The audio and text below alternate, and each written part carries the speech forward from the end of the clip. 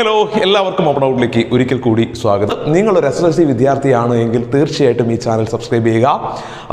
English subject മാത്രമല്ല എല്ലാ സബ്ജക്റ്റുകളുടെയും അടിപൊളി റിവിഷൻ ക്ലാസ്സുകളും സ്റ്റഡി ടിപ്സും സ്റ്റഡി ട്രിക്സും ഷുവർ ക്വസ്റ്റ്യൻസും സ്റ്റഡി പ്ലാനുകളും എല്ലാം ഈ ചാനലിലൂടെ നിരന്തരം ലഭിച്ചുകൊണ്ടേയിരിക്കും. ഇതിനോടകം തന്നെ പല വീഡിയോകളും വന്നിട്ടുണ്ട്, ഇനിയും ലഭിച്ചുകൊണ്ടേയിരിക്കും. സോ നിങ്ങൾ ചാനൽ സബ്സ്ക്രൈബ് ചെയ്യുക.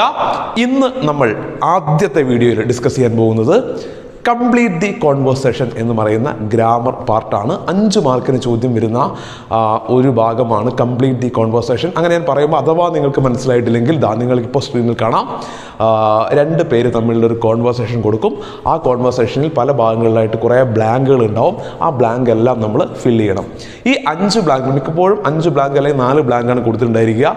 ഇതോരോന്നും ഓരോ ടൈപ്പ് ഗ്രാമറാണ്. ഏതൊക്കെ ടൈപ്പ് ഗ്രാമർ ചോദ്യങ്ങളാണ് കോൺവേഴ്സേഷൻ കംപ്ലീറ്റ് ചെയ്യാനുള്ള ചോദ്യത്തിൽ വരാറുള്ളത് എന്ന് നമുക്ക് ആദ്യം നോക്കാം. 1 ക്വസ്റ്റ്യൻ ടാഗാണ് എല്ലാ വർഷവും റിപ്പീറ്റ് ചെയ്ത് വരാറുള്ളത്. 2 ഇഫ് ക്ലോസ് ആണ്.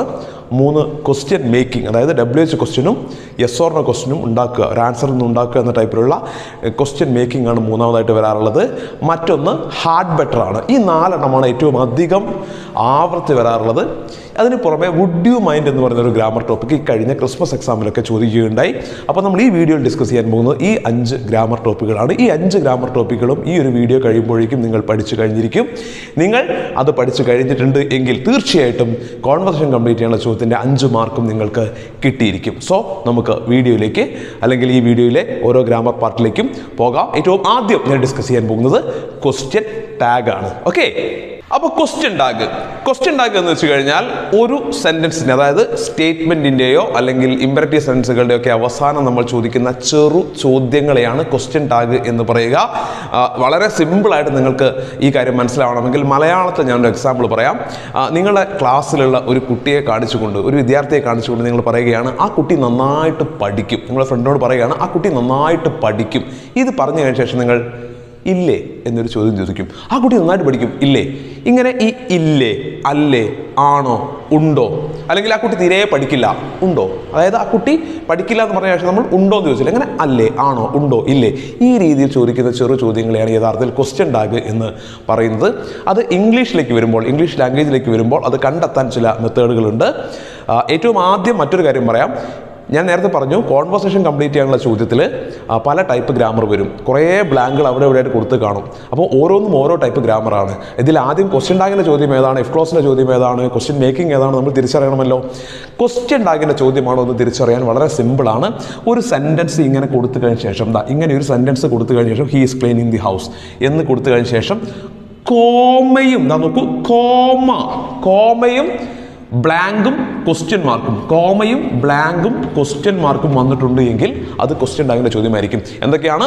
സെന്റൻസ് കഴിഞ്ഞ് കോമയും ബ്ലാങ്കും ക്വസ്റ്റ്യൻ മാർക്കും, കോമയും ഡാഷും ക്വസ്റ്റ്യൻ മാർക്കും വന്നിട്ടുണ്ടെങ്കിൽ അത് ക്വസ്റ്റ്യൻ ടാഗിൻ്റെ ചോദ്യമായിരിക്കും എന്ന് മനസ്സിലാക്കാം. ഇനി നമുക്ക് വളരെ പെട്ടെന്ന് ക്വസ്റ്റ്യൻ ടാഗ് എങ്ങനെയാണ് കണ്ടുപിടിക്കുന്നത് നോക്കാം. 4 സ്റ്റെപ്പുകൾ, വെറും 4 സ്റ്റെപ്പുകൾ മാത്രമാണ് ക്വസ്റ്റ്യൻ ടാഗ് കണ്ടുപിടിക്കാനുള്ളത്. ഒന്നാമത്തെ സ്റ്റെപ്പ് ഓക്സിലറി വെർബ് കണ്ടുപിടിക്കുക എന്നുള്ളതാണ് ഫസ്റ്റ് സ്റ്റെപ്പ്. ആദ്യത്തെ സ്റ്റെപ്പ് എന്താണ്? തന്നിരിക്കുന്ന സെന്റൻസിലെ ഓക്സിലറി വെർബ് കണ്ടുപിടിക്കുക. അത് കണ്ടുപിടിക്കണമെങ്കിൽ ആദ്യം നിങ്ങൾക്ക് ഇംഗ്ലീഷിലുള്ള എല്ലാ ഓക്സിലറി വെർബുകളും ഓർമ്മ വേണം. നിങ്ങളിൽ ഒരുപാട് പേർക്ക് അത് അറിയാമായിരിക്കും. ഇനി അഥവാ നിങ്ങൾക്ക് അറിയില്ല എങ്കിൽ ഞാനിപ്പോൾ പറയാം, നിങ്ങളൊന്ന് എഴുതിയെടുക്കുക അല്ലെങ്കിൽ സ്ക്രീൻഷോട്ട് എടുത്ത് വെക്കുക. ഇംഗ്ലീഷിലെ ഓക്സിലറി വെർബുകൾ ഏതൊക്കെയെന്ന് നോക്കാം.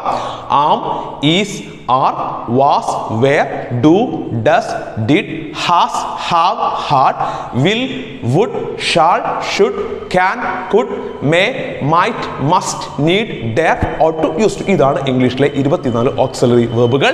ഈ ഓക്സിലറി വെർബുകൾ കൃത്യമായിട്ട് ഓർമ്മയുണ്ടെങ്കിൽ നിങ്ങൾ ഏറ്റവും ആദ്യം ചെയ്യേണ്ടത് നിങ്ങൾക്ക് കിട്ടിയിരിക്കുന്ന സെന്റൻസിലെ ഓക്സിലറി വെർബ് ഏതാണ് എന്ന് കണ്ടുപിടിക്കുക എന്നുള്ളതാണ്. നോക്കൂ, he is cleaning the house. ഇപ്പൊ നമ്മൾ പറഞ്ഞ 24 ഓക്സിലറി വെർബുകളിൽപ്പെട്ട ഈസ് ഈ സെന്റൻസിലുണ്ട് അല്ലേ? ആ ഈസ് എടുത്ത് ആദ്യം ഇങ്ങോട്ട് എഴുതുന്നു. ഫസ്റ്റ് സ്റ്റെപ്പ് കഴിഞ്ഞു. നിങ്ങൾക്ക് തന്നിരിക്കുന്ന സെന്റൻസിലെ ഓക്സിലറി വെർബ് കണ്ടെത്തുക. ആ ഓക്സിലറി വെർബ് എടുത്തിട്ട് ഇങ്ങോട്ട് എഴുതുക. സോ നമ്മൾ ഓക്സിലറി വെർബ് ഈസ് ആണ്, അതെടുത്തിട്ട് ഇങ്ങോട്ട് എഴുതി. He is cleaning the house, അതിൽ ഈസ് ആണ് ഓക്സിലറി വെർബ്, അത് ഇങ്ങോട്ട് എടുത്ത് എഴുതി.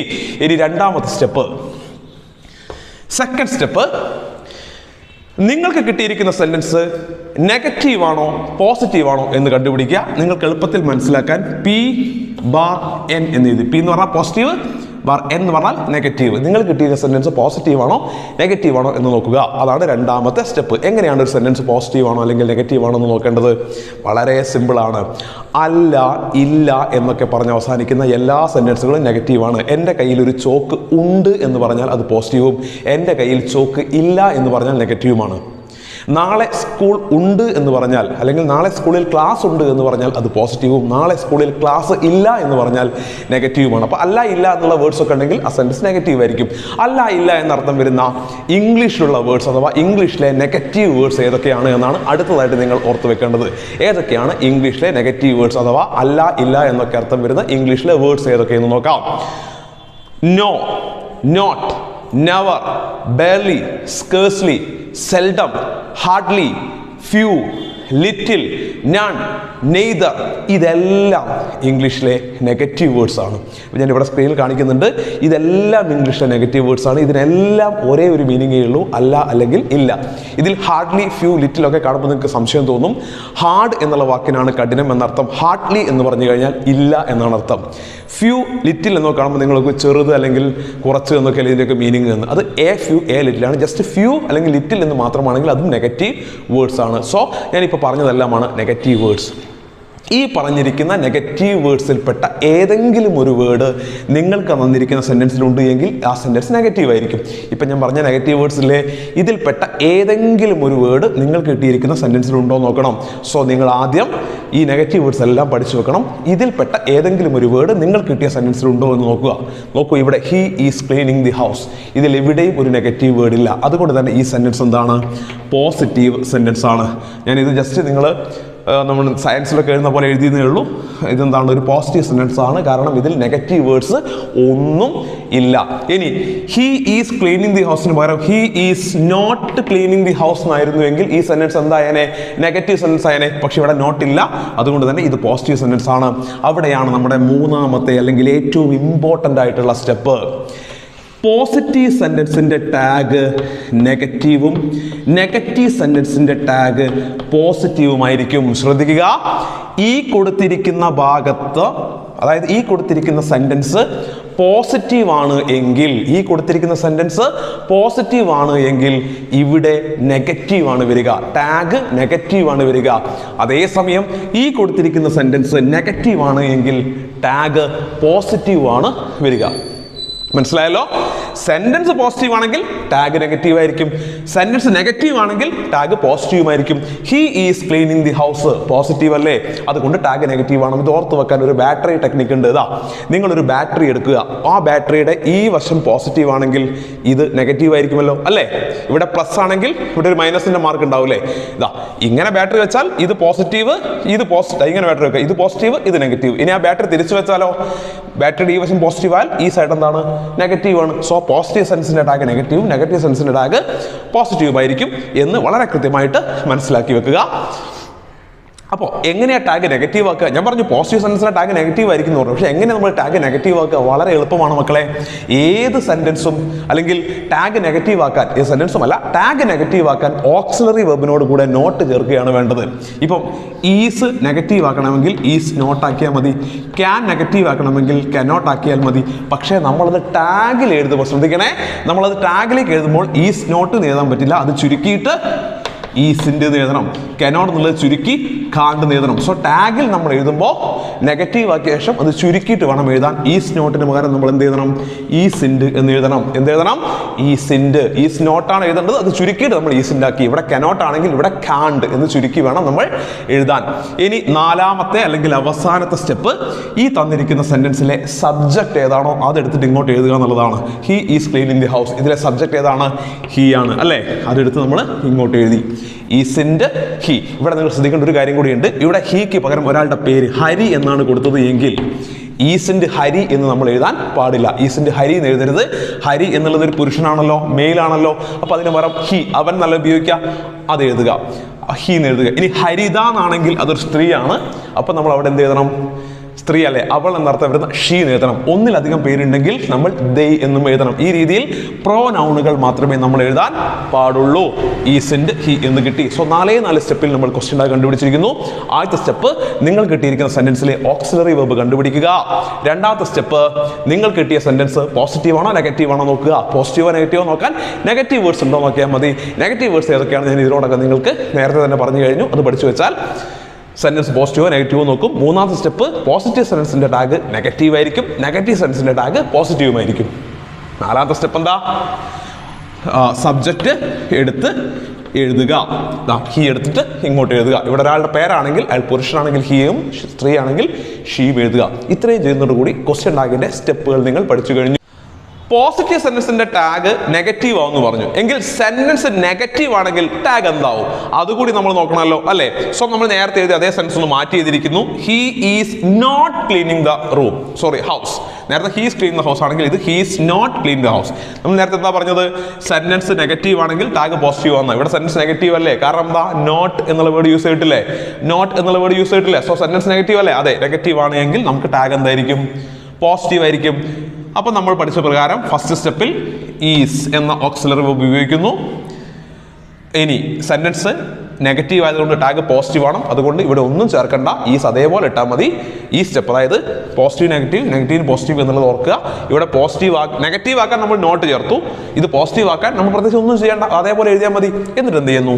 ഈ സബ്ജക്റ്റ് എടുത്തിട്ട് ഇങ്ങോട്ട് എഴുതുന്നു. Is he, is he. Okay. Is not cleaning the room ആണെങ്കിൽ ഈസ് ഹിയും, ഈസ് ക്ലീനിങ് ദ റൂം ആണ് ഈസിൻ്റെ ഹിയുമാണ് വരിക. അപ്പോൾ ക്വസ്റ്റ്യൻ ടാഗിന്റെ ആദ്യത്തെ ഒരു നിയമാവലി അല്ലെങ്കിൽ റൂൾസ് എല്ലാം നമ്മൾ പഠിച്ചു കഴിഞ്ഞു.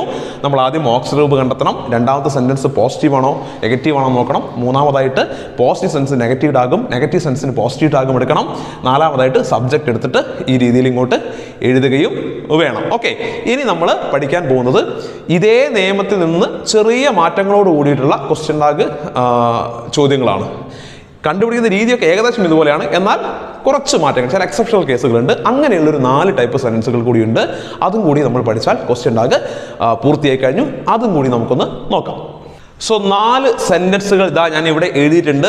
He played football, please open the door, I am playing, let's go. ഈ 4 സെന്റൻസുകളെയും ക്വസ്റ്റ്യൻ ടാഗാണ് നമ്മൾ കണ്ടുപിടിക്കേണ്ടത്. പക്ഷേ നമ്മൾ നേരത്തെ പഠിച്ച ആ നിയമങ്ങളിൽ നിന്നും ചെറിയ ചെറിയ ചില മാറ്റങ്ങൾ ഈ കൊടുത്തിരിക്കുന്ന 4 ടൈപ്പ് സെന്റൻസുകളുണ്ട്.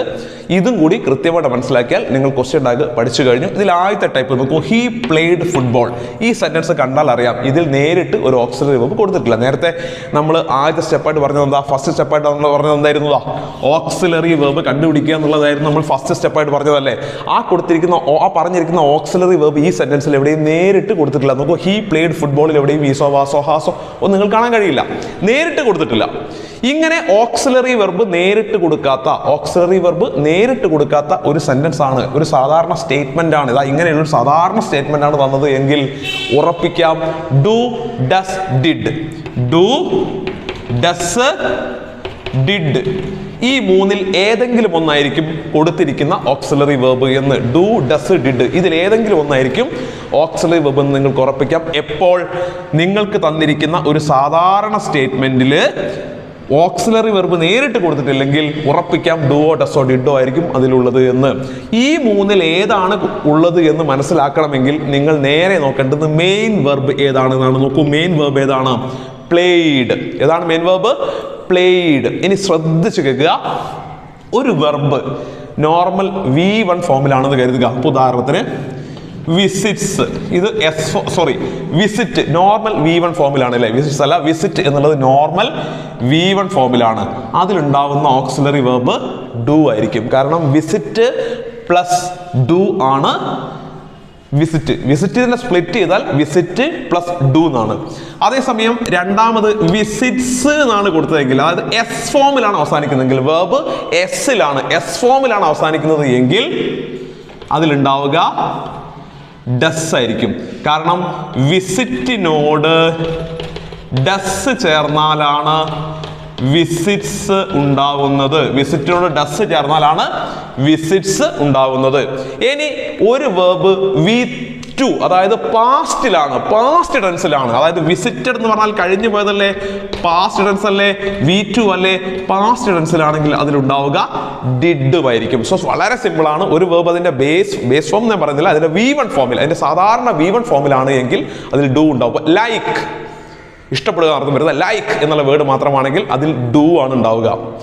എസ് ഫോമിലാണ് എങ്കിൽ, ലൈക്സ് എന്നാണെങ്കിൽ അതിലുണ്ടാവുക ഡസ് ആണ്. കണ്ടുപിടിക്കാൻ എളുപ്പമാണ്, അവസാനം എസ് ഉണ്ടാവും. ഇനി ആ അതിന്റെ പാസ്റ്റിലാണ്, V2 ലൈക്ഡ് എന്നൊക്കെ ആണെങ്കിൽ അതിലുണ്ടാവുക ഡിഡ് ആണ്. അതിലുണ്ടാവുക ഡിഡും ആയിരിക്കും. ആ ഒരു നിയമം കൃത്യമായിട്ട് മനസ്സിലാക്കുക. ഗോ അതിലുണ്ടാവുക ഡു ആണ്. ഗോസ് അതിലുണ്ടാവുക ഡസ് ആണ്. വെന്റ് എന്ന് പറഞ്ഞാൽ ഗോയുടെ പാസ്റ്റ് ആണ്, V2 ആണ്. അതിലുണ്ടാവുക ഡിഡ് ആണ്. സോ ഈ രീതിയിൽ വേണം നമ്മൾ ഓക്സിലറി വെർബ് നേരിട്ട് കൊടുക്കാത്തൊരു സെന്റൻസിലെ ഓക്സിലറി ഏതാണ് എന്ന് കണ്ടുപിടിക്കാൻ നോക്കൂ. ഇവിടെ പ്ലേഡ് ആണ്. പ്ലേഡ് എന്നുള്ളത് പാസ്റ്റ് ആണ്, അഥവാ V2 ആണ്. അതിലുണ്ടാവുക ഏതായിരിക്കും? ഡിഡ് അല്ലേ? V2 ആണ്, അതുകൊണ്ട് ഡിഡ്. പ്ലേ പ്ലസ് ഡിഡ് ആണ് പ്ലേഡ്. ഓക്കെ, ഇനി രണ്ടാം സ്റ്റെപ്പ് മാറ്റമൊന്നുമില്ല. സെന്റൻസ് പോസിറ്റീവോ നെഗറ്റീവോ നോക്കാം. ഈ sentence he played football positive ആണ്, അപ്പോൾ ടാഗ് എന്താണ്? നെഗറ്റീവ് ആണ്. സോ ഡിഡിന്റെ സബ്ജക്റ്റ് ഏതാണ്? ഹി. ഡിഡിന്റെ ഹി. ഓക്കെ, ഡിഡിന്റെ ഹി കിട്ടിയല്ലോ. ഓക്സിലറി നേരിട്ട് കൊടുത്തിട്ടില്ലെങ്കിൽ അതിൽ ഡുവോ ഡസോ ഡിഡോ ആയിരിക്കും ഉണ്ടാവുക. അത് കണ്ടുപിടിക്കണമെങ്കിൽ മെയിൻ വെർബ് നോക്കുക, ഡുവും ഡസും ഡിഡും കണ്ടുപിടിക്കുക. ഓക്കെ, ഇത് കഴിഞ്ഞു. രണ്ടാമത് പ്ലീസ് ഓപ്പൺ ദ ഡോർ. ഈ സെന്റൻസ് ഒരു നോർമൽ സെന്റൻസിൽ നിന്ന് വ്യത്യാസമുണ്ട്. ഇതൊരു റിക്വസ്റ്റ് ആണ് അല്ലേ? പ്ലീസ് ഓപ്പൺ ദ ഡോർ തുറക്കാമോ? Request, command, order. ഇപ്പോൾ get out, take your book, please stay outside, ഇങ്ങനെയുള്ള ഒരു കമാൻഡോ ഒരു റിക്വസ്റ്റോ ഒരു നിർദ്ദേശമോ ഇങ്ങനെയൊക്കെയാണ് കൊടുക്കുന്നതെങ്കിൽ അതിൽ നമ്മൾ ഈ നിയമങ്ങളൊന്നും നോക്കേണ്ടതില്ല. ശ്രദ്ധിച്ച് കേൾക്കുക, ഈ നിയമങ്ങളൊന്നും നോക്കേണ്ടതില്ല. റിക്വസ്റ്റ്, കമാൻഡ്, ഓർഡർ എന്നൊക്കെയാണെങ്കിൽ ഒന്നും നോക്കേണ്ട മക്കളെ. നോക്കൂ, ഇവിടെ ഞാൻ എഴുതിയിട്ടുണ്ട്. ഒന്നുകിൽ വിൽ യു എന്ന് നിങ്ങൾക്ക് ടാഗായിട്ട് ഉപയോഗിക്കാം, അല്ലെങ്കിൽ വോണ്ട് യു. വോണ്ട് യു എന്ന് പറഞ്ഞാൽ വിൽ നോട്ട് യു എന്നാണ്. ഇവിടെ പ്രത്യേകം ശ്രദ്ധിക്കുക, നിങ്ങൾ പോസിറ്റീവും നെഗറ്റീവും ഒന്നും നിങ്ങൾ നോക്കണ്ട. നിങ്ങൾ പോസിറ്റീവ് നോക്കണ്ട, നെഗറ്റീവ് നോക്കണ്ട, ഒന്നും നോക്കണ്ട. ഒരു റിക്വസ്റ്റോ കമാൻഡോ ഓർഡറോ ആണ് കൊടുത്തതെങ്കിൽ ഒന്നുകിൽ നിങ്ങൾക്ക് വിൽ യു എന്ന ടാഗ് പറയാം, അല്ലെങ്കിൽ വോണ്ട് യു എന്ന ടാഗ് പറയാം. ഒരു നിയമവും ഒരു ഓക്സിലറി വെർബും ഒന്നും നിങ്ങൾ നോക്കണ്ട. ഓക്സിലറി നിങ്ങൾ നോക്കണ്ട, പോസിറ്റീവ് നെഗറ്റീവ് നോക്കണ്ട, ഒന്നും നോക്കണ്ട. റിക്വസ്റ്റ്, കമാൻഡ്, ഓർഡർ ആണെങ്കിൽ ഒന്നുകിൽ വിൽ യു അല്ലെങ്കിൽ വോണ്ട് യു എന്ന് ഉപയോഗിക്കുക. സോ ഇവിടെ വിൽ യു, ഞാനത് വിൽ യു എഴുതി. ഇനി അവിടെ ഞാൻ വോണ്ട് യു എഴുതിയാലും ഉത്തരം ശരിയാണ്. സോ രണ്ടാമത്തെ ടൈപ്പ് കേസും കഴിഞ്ഞു. ഇനി മൂന്നാമത്തത് ഐ ആം പ്ലേയിങ്. ഇത് കുറച്ചുകൂടെ നമ്മൾ നേരത്തെ പഠിച്ച അതേ റൂൾ തന്നെയാണ്. ഐ ആം പ്ലേയിങ്, ഇതിൽ ഓക്സിലറി വെർബ് ഏതാണ്? ആമാണ്. അപ്പോൾ പക്ഷേ ഇവിടെ ഒരു പ്രത്യേക കാര്യം ശ്രദ്ധിക്കുക. ഐ ആം പ്ലേയിങ്, ആം എന്ന ഓക്സിലറി വെർബ് പോസിറ്റീവ് സെന്റൻസിലാണ് ഉപയോഗിച്ചതെങ്കിൽ ഐ ആം പ്ലേയിങ് എന്നല്ലേ? I am playing. ഈ സെന്റൻസ് എന്താണ്? പോസിറ്റീവ് സെന്റൻസ് ആണ്.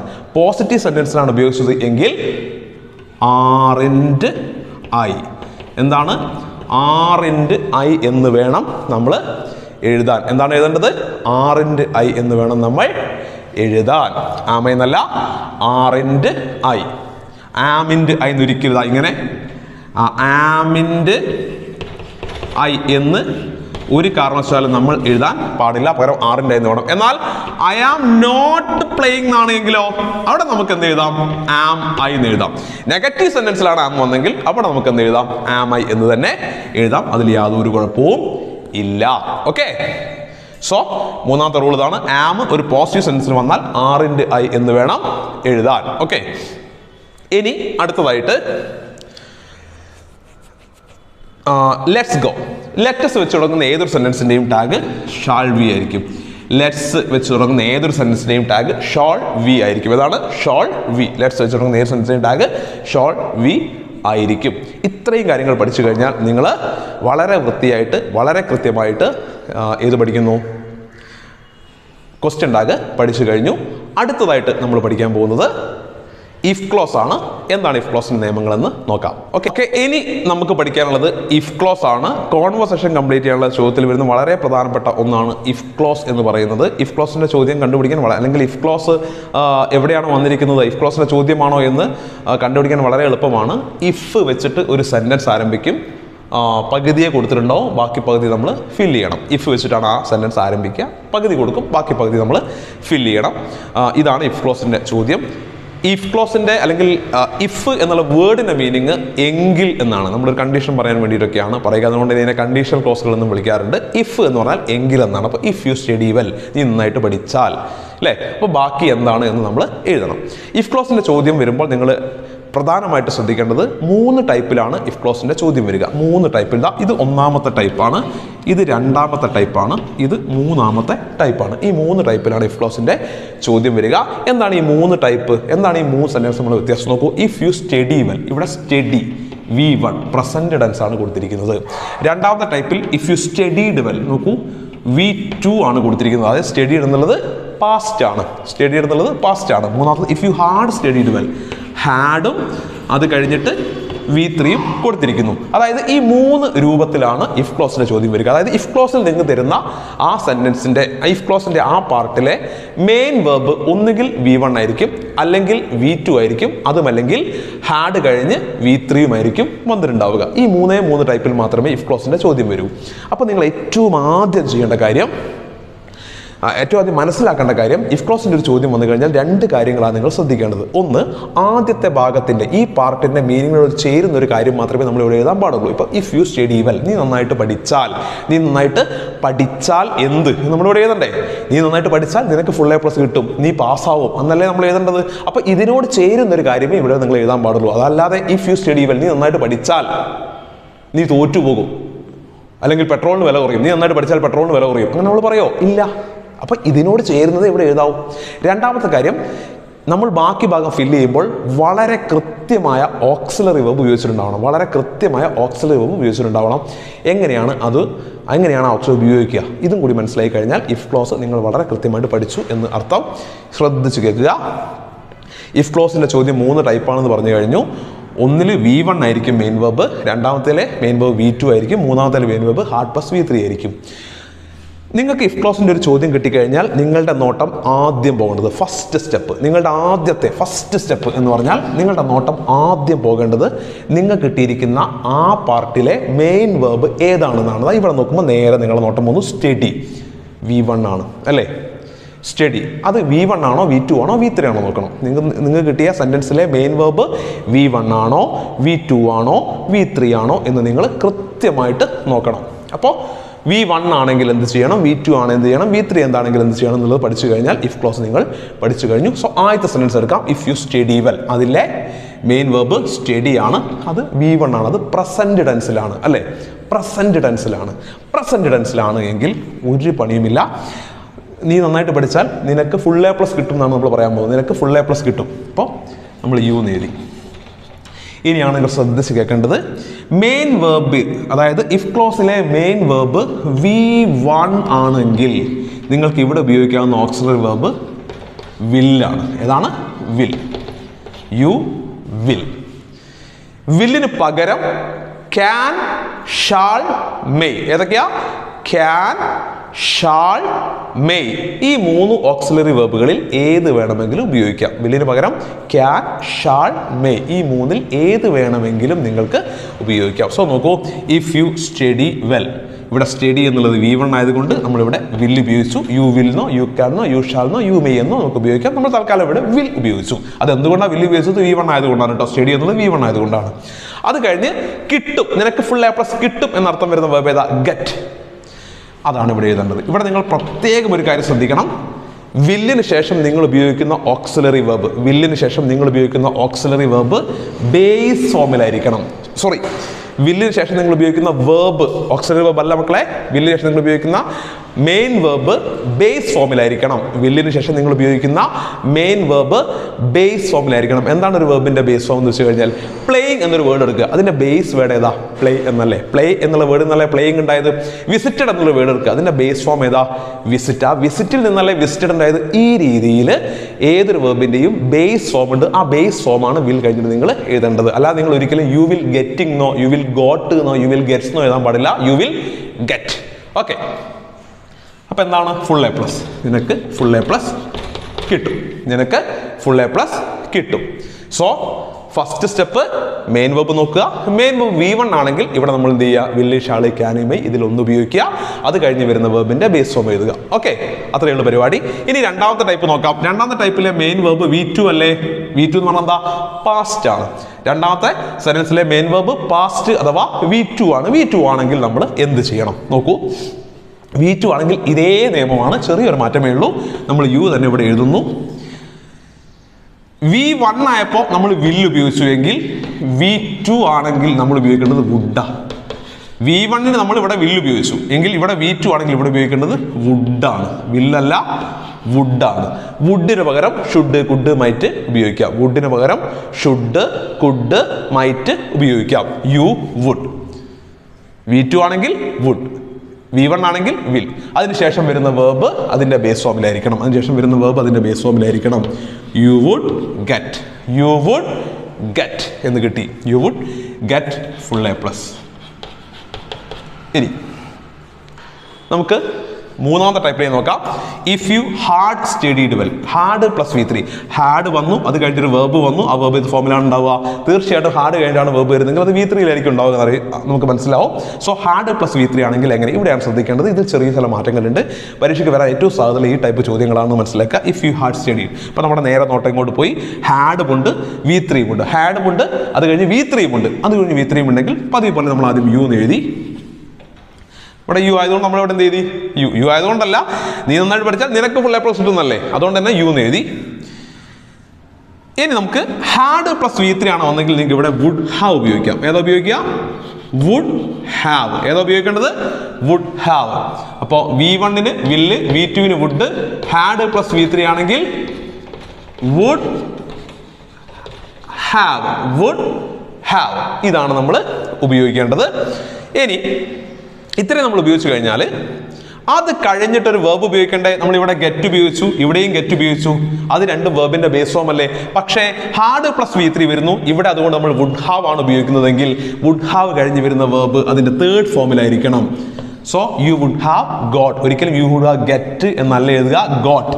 ഇവിടെ മാത്രം ഈ മൂന്നാമത്തെ ടൈപ്പിൽ മാത്രം ഹാഡും V3യും വരുന്ന ഈ മൂന്നാമത്തെ ടൈപ്പിൽ വുഡ് ഹാവിന് ശേഷം നമ്മൾ എന്ത് ഉപയോഗിക്കണം?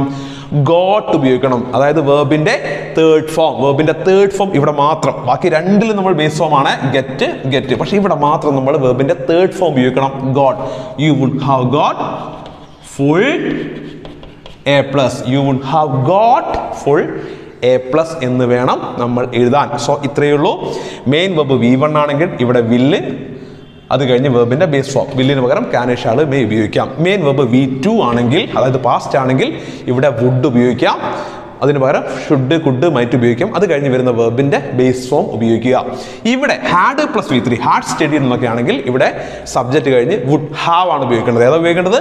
Would have. അത് കഴിഞ്ഞ് വരുന്ന വെർബിന്റെ തേർഡ് ഫോം എഴുതണം, ഗോട്ട്. ഗെറ്റ് എന്നല്ല, ഗോട്ട്. തേർഡ് ഫോം ആയിട്ടുള്ള ഗോട്ട് നിങ്ങൾ എഴുതണം. You would have got full A+. ഇത്ര മാത്രമേ ഉള്ളൂ നിങ്ങൾക്ക് ഇഫ് ക്ലോസിന്റെ റൂൾസ് പഠിക്കാൻ. ഇനി ഇഫ് ക്ലോസിന്റെ കുറെ ചോദ്യങ്ങൾ പ്രാക്ടീസ് ചെയ്യുന്ന ഒരു വീഡിയോ ഞാൻ വേറെ തരാം. അതേപോലെ ക്വസ്റ്റ്യൻ ടാഗിന്റെ വീഡിയോ ഞാൻ വേറെ തരാം. ഇനി നമ്മൾ പഠിക്കാനുള്ളത് ഹാഡ് ബെറ്ററും വുഡ് യു മൈൻഡുമാണ്. നോക്കൂ, കോൺവെർസേഷൻ കംപ്ലീറ്റ് ചെയ്യാനുള്ള ചോദ്യത്തിൽ റിപ്പീറ്റ് ചെയ്ത് വരുന്ന മറ്റൊന്നാണ് ഹാഡ് ബെറ്റർ. വളരെ സിമ്പിളാണ് ഹാഡ് ബെറ്ററിന്റെ ചോദ്യം കണ്ടുപിടിക്കാൻ. യു എന്ന് കഴിഞ്ഞ് ഹാഡ് ബെറ്റർ കൊടുത്തിട്ടുണ്ട്. യു ഹാഡ് ബെറ്റർ അല്ലെങ്കിൽ ഹാഡ് ബെറ്റർ എന്നുള്ള സംഭവം കൊടുത്തിട്ടുണ്ടാവും. അത് കഴിഞ്ഞ് നേരെ ഒരു ഡാഷ് ഉണ്ടാവും, അല്ലെങ്കിൽ ഒരു ബ്ലാങ്ക് ഉണ്ടാവും. ആ ബ്ലാങ്ക് നമ്മൾ ഫില്ല് ചെയ്യുക മാത്രമാണ് ചെയ്യേണ്ടത്. എന്തിനാണ് ഹാഡ് ബെറ്റർ ഉപയോഗിക്കുന്നത്?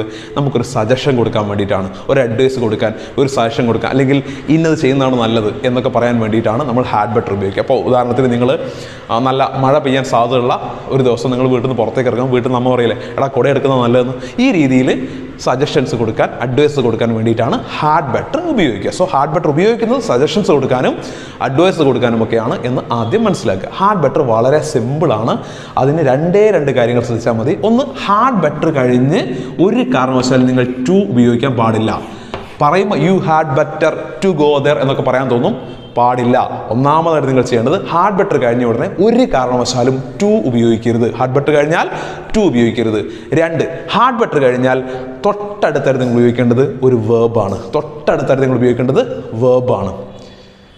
ആ വേർബ് അതിൻ്റെ ബേസ് ഫോമിലായിരിക്കണം, ഇൻഫിനിറ്റീവ് ഫോമിൽ, അതിൻ്റെ ബേസ് ഫോമിലായിരിക്കണം എഴുതേണ്ടത്. ഇപ്പം കൂടെ എടുക്കുന്നതാണ് നല്ലത്. U had better take an umbrella. U had better take an umbrella. ഈ രീതിയിൽ ഹാഡ് ബെറ്റർ കഴിഞ്ഞ ഉടനെ ഒരു വേർബാണ് യൂസ് ചെയ്യേണ്ടത്. ഒരു കാരണവശാലും ടു ഉപയോഗിക്കരുത്. നേരെ ഹാഡ് ബെറ്റർ കഴിഞ്ഞാൽ ഒരു വേർബ് ഉപയോഗിക്കുക. ആ വേർബ് അതിന്റെ ബേസ് ഫോമിലായിരിക്കണം. എന്താണ് വേർബിന്റെ ബേസ് ഫോം? നേരത്തെ പറഞ്ഞു കഴിഞ്ഞു. ഒരു കാരണവശാലും നിങ്ങൾ U had better took an umbrella എന്നോ ടേക്കിംഗ് ആൻ അംബ്രല്ല എന്നോ ടേക്സ് ആൻ അംബ്രല്ല എന്നൊന്നും എഴുതാൻ പാടില്ല. ഹാഡ് ബെറ്റർ കഴിഞ്ഞാൽ വെർബിൻ്റെ ബേസ് ഫോം. ഇപ്പം നിങ്ങളോട് നന്നായിട്ട് പഠിക്കുന്നതാണ്, അല്ലെങ്കിൽ ഇപ്പോൾ സോറി, നീ വളരെ പതിയെ വണ്ടി ഓടിക്കുന്നതാണ് നല്ലത്. ഒരാൾ നിങ്ങളുടെ ഫ്രണ്ട് വളരെ വേഗത്തിൽ വണ്ടി ഓടിച്ചു പോവുകയാണ്. അപ്പോൾ നിങ്ങൾക്ക് അയാളോട് എങ്ങനെ പറയാം? U had better drive slowly. നിങ്ങൾക്ക് നീ പതിയെ വണ്ടി ഓടിക്കുന്നതാണ് നല്ലത്. കാരണം ഹാഡ് ബെറ്റർ കഴിഞ്ഞ് നമ്മൾ ഡ്രൈവ് എന്ന വെബ് ഉപയോഗിച്ചു. ആ ഡ്രൈവ് അതിൻ്റെ ബേസ് ഫോമിലാണ്. അവിടെ നമ്മൾ ഡ്രൈവിംഗ് എന്നോ ഡ്രൈവ്സ് എന്നോ ഡ്രോവ് എന്നോ ഒന്നും പറയാൻ പാടില്ല. U had better drive slowly. So had better ചോദ്യം കഴിഞ്ഞാൽ ഇമ്മീഡിയറ്റ് ആയിട്ട് തൊട്ടടുത്ത് ഒരു വെബ് ഉപയോഗിക്കുക. ആ വെബ് അതിൻ്റെ ഏറ്റവും ബേസ് ഫോമിൽ ആയിരിക്കണം എന്ന് മാത്രമാണ് ഇതിൻ്റെ നിയമമുള്ളത്. ടു ഉപയോഗിക്കാനും പാടില്ല. ഇത്രയേ ഉള്ളൂ ഹാഡ് ബെറ്റർ. ഇനി നമുക്ക് വുഡ് യു മൈൻഡും കൂടി ഒന്ന് നോക്കാം. ഓക്കെ, കോൺവെർസേഷൻ കംപ്ലീറ്റ് ചെയ്യാനുള്ള പാട്ടിൽ ഇനി നമുക്ക് പഠിക്കാനുള്ളത് വുഡ് യു മൈൻഡ് ആണ്. ഇതെപ്പോഴും ആവർത്തി വരുന്ന ചോദ്യമൊന്നുമല്ല, പക്ഷേ ഈ കഴിഞ്ഞ ക്രിസ്മസ് എക്സാമിന് ഇത് വന്നു എന്നുള്ളത് കൊണ്ടാണ് ഞാനിപ്പോൾ ഈ ഒരു ടോപ്പിക് എടുക്കുന്നത്. വുഡ് യു മൈൻഡ് വളരെ പൊളൈറ്റ് ആയിട്ടുള്ള റിക്വസ്റ്റുകളും മറ്റുമൊക്കെയാണ്. പൊളൈറ്റ് ആയിട്ട് ചില കാര്യങ്ങൾ പറയാനൊക്കെയാണ് നമ്മൾ വുഡ് യു മൈൻഡ് ഉപയോഗിക്കുക. അപ്പോൾ വുഡ് യു മൈൻഡ് ഉപയോഗിക്കുന്നത് ഒരുപക്ഷെ നിങ്ങളിപ്പോൾ ചോദിക്കുകയാണ്, ഞാൻ ആ വാതിലൊന്ന് തുറക്കുന്നതുകൊണ്ട് കുഴപ്പമുണ്ടോ, അല്ലെങ്കിൽ ഞാൻ നിങ്ങളുടെ ആ ബുക്കൊന്ന് എടുത്തോട്ടെ. അങ്ങനെ വളരെ പൊളൈറ്റായിട്ടൊരു കാര്യം ചോദിക്കാനും മറ്റുമൊക്കെയാണ് നമ്മൾ വുഡ് യു മൈൻഡ് യൂസ് ചെയ്യുക. വുഡ് യു മൈൻഡ് രണ്ട് രൂപത്തിലുണ്ട്. ഒന്ന് വുഡ് യു മൈൻഡ് മാത്രം കൊടുത്ത ശേഷം ഡാഷ് കൊടുത്തിട്ടുണ്ടെങ്കിൽ എന്ത് ചെയ്യണം? വുഡ് യു മൈൻഡ് കഴിഞ്ഞ് ഇഫ് കൊടുത്ത് ഡാഷ് കൊടുത്തിട്ടുണ്ടെങ്കിൽ എന്ത് ചെയ്യണം? ഇത് രണ്ട് രൂപത്തിലും ഈ ചോദ്യം വരാം. വുഡ് യു മൈൻഡ് മാത്രമേ കൊടുത്തിട്ടുള്ളൂ എങ്കിൽ ഒന്നുമില്ല, വേർബിൻ്റെ കൂടെ ING ഫോം ഉപയോഗിക്കുക. Would you mind opening the door. വെർബിന്റെ കൂടെ ING ഉപയോഗിക്കുക. Would you mind opening the door. ഒന്നുമില്ല, വുഡ് യു മൈൻഡ് കഴിഞ്ഞ് വെർബിന്റെ കൂടെ ING ഉപയോഗിക്കുക. Would you mind opening the door. Would you mind driving fast. വേഗത്തിൽ വണ്ടി ഓടിക്കുന്നതുകൊണ്ട് കുഴപ്പമുണ്ടോ? Would you mind driving fast. അതായത് വുഡ് യു മൈൻഡ് കഴിഞ്ഞ് വെർബിൻ്റെ കൂടെ ING ഫോം ചേർക്കുക, ബാക്കി കാര്യങ്ങൾ എഴുതുക. അത്ര മാത്രമേ ഉള്ളൂ. വുഡ് യു മൈൻഡ് മാത്രമാണ് വരുന്നതെങ്കിൽ അത് കഴിഞ്ഞ് ഉടനെ വെർബിൻ്റെ ING ചേർത്തുള്ള രൂപം എഴുതുക, ബാക്കിയും ചേർക്കുക. ഇനി വുഡ് യു മൈൻഡ് കഴിഞ്ഞ് ഇഫ് കൊടുത്തിട്ടുണ്ട് എങ്കിൽ would you mind if I opened the door. അതായത് വുഡ് യു മൈൻഡ് കഴിഞ്ഞ് ഇഫ് കൊടുത്തിട്ടുണ്ടെങ്കിൽ ഒരു സബ്ജക്റ്റ് ആദ്യം എഴുതുക, അത് കഴിഞ്ഞ് V2 എഴുതുക, ബാക്കി ഒബ്ജക്റ്റും എഴുതുക. Would you mind if I open the. ഇത് രണ്ടും നമ്മൾ വ്യത്യാസം മനസ്സിലാക്കണം. വുഡ് യു മൈൻഡ് മാത്രമേ കൊടുത്തിട്ടുണ്ടെങ്കിൽ വെർബിൻ്റെ ING ഫോം ആണ് ഉപയോഗിക്കേണ്ടത്. വുഡ് യു മൈൻഡ് കൊടുത്തിട്ട് ഇഫും അത് കഴിഞ്ഞിട്ടാണെങ്കിൽ നിങ്ങൾ സബ്ജക്റ്റ് കഴിഞ്ഞ് V2ഉം ഒബ്ജക്റ്റും വേണം എഴുതാൻ. ഈ രീതിയിൽ വേണം നിങ്ങൾ വുഡ് യു മൈൻഡിൻ്റെ ചോദ്യങ്ങൾക്ക് ഉത്തരം എഴുതാൻ. വളരെ സിമ്പിളാണ്, ഒന്നും പഠിക്കാനില്ല. വുഡ് യു മൈൻഡ് മാത്രമേ ഉള്ളെങ്കിൽ വെർബിൻ്റെ കൂടെ ING ചേർത്തിട്ട് എഴുതുക. വുഡ് യു മൈൻഡ് ഇഫ് എന്ന് ചോദ്യത്തിൽ വന്നിട്ടുണ്ട് എങ്കിൽ സബ്ജക്റ്റ് കഴിഞ്ഞ് വെർബിൻ്റെ V2 ഫോമും ബാക്കിയും എഴുതുക. Would you mind if I opened the door. ഈ രണ്ടും കൃത്യമായിട്ട് മനസ്സിലാക്കി വെക്കുക. മിക്കവാറും ഈ രൂപത്തിലായിരിക്കും ചോദ്യങ്ങൾ വരിക. വുഡ് യു മൈൻഡ് കഴിഞ്ഞ് ING ചേർത്തിട്ട് എഴുതാനുള്ള, വെർബിൻ്റെ ING ചേർത്തിട്ട് എഴുതാനുള്ള രൂപം. ഓക്കെ, സോ ഇതാണ് വുഡ് യു മൈൻഡ്. ഇനി ഏറ്റവും അവസാനമായിട്ട് പഠിക്കാനുള്ളത് ക്വസ്റ്റ്യൻ മേക്കിംഗ് ആണ്. WH ക്വസ്റ്റ്യൻസും യെസ് ഓർ നോ ക്വസ്റ്റ്യൻസും എങ്ങനെയാണ് എഴുതുക എന്നുള്ളതാണ് ഏറ്റവും ലാസ്റ്റായിട്ട് നമുക്ക് പഠിക്കാനുള്ളത്. അത് ഒരു സെപ്പറേറ്റ് വീഡിയോ ആയിട്ട് തന്നെ ചെയ്തിട്ടുണ്ട്. അത് കുറച്ച് കാര്യങ്ങൾ നിങ്ങളതിൽ പഠിക്കാനുണ്ട്. ഒരു ആൻസറിൽ നിന്നും, അത് കോൺവെർസേഷൻ കംപ്ലീറ്റ് ചെയ്യാനുള്ള ഏറ്റവും പ്രധാനപ്പെട്ട ഒന്നാണ്, ഒരു ആൻസർ കൊടുത്തിട്ട് അതിൻ്റെ ചോദ്യം ഉണ്ടാക്കുക, ഒരു WH ക്വസ്റ്റ്യൻ ഉണ്ടാക്കുക, അല്ലെങ്കിൽ യെസ് ഓർ നോ ക്വസ്റ്റ്യൻ ഉണ്ടാക്കുക എന്നുള്ളത് ആ സെപ്പറേറ്റ് വീഡിയോ ആയിട്ട് ചെയ്തിട്ടുണ്ട്. ആ വീഡിയോയുടെ ലിങ്ക് ഈ വീഡിയോയുടെ ഡിസ്ക്രിപ്ഷൻ ബോക്സിലും അതേപോലെ ഫസ്റ്റ് കമൻ്റായിട്ട് പിൻ ചെയ്തും വെച്ചിട്ടുണ്ട്. സോ നിങ്ങൾ ജസ്റ്റ് ആ കമൻറ്റ് ബോക്സ് എടുത്താൽ ഫസ്റ്റ് കമൻ്റായിട്ട് തന്നെ ആ ഒരു ക്വസ്റ്റ്യൻ മേക്കിങ്ങിൻ്റെ വീഡിയോയുടെ ലിങ്ക് പിൻ ചെയ്ത് വെച്ചത് കാണാം, അല്ലെങ്കിൽ ഈ വീഡിയോ ഡിസ്ക്രിപ്ഷൻ ബോക്സിൽ കാണാം. തീർച്ചയായിട്ടും നിങ്ങൾ ആ വീഡിയോയും കൂടി കണ്ടാൽ നിങ്ങൾക്ക് 5 മാർക്ക് ഈ കോൺവെർസേഷൻ കംപ്ലീറ്റ് ചെയ്യാനുള്ള ഭാഗത്ത് ഉറപ്പാണ്. ഒന്നും നിങ്ങൾ പേടിക്കേണ്ട. ഓക്കെ, സോ നിങ്ങൾക്ക് ഈ കാര്യങ്ങളെല്ലാം മനസ്സിലായെന്ന് കരുതുന്നു. തീർച്ചയായിട്ടും നിങ്ങൾ ചാനൽ സബ്സ്ക്രൈബ് ചെയ്യുക. ക്ലാസ്സിനെ കുറിച്ച് നിങ്ങൾക്ക് അഭിപ്രായങ്ങൾ എഴുതുക. എന്തെങ്കിലും മനസ്സിലാവാത്തതുണ്ടെങ്കിൽ ചോദിക്കുക. നിങ്ങളുടെ കൂട്ടുകാർക്ക് എല്ലാവർക്കും വീഡിയോ ഷെയർ ചെയ്യുകയും ചെയ്യുക. Thank you.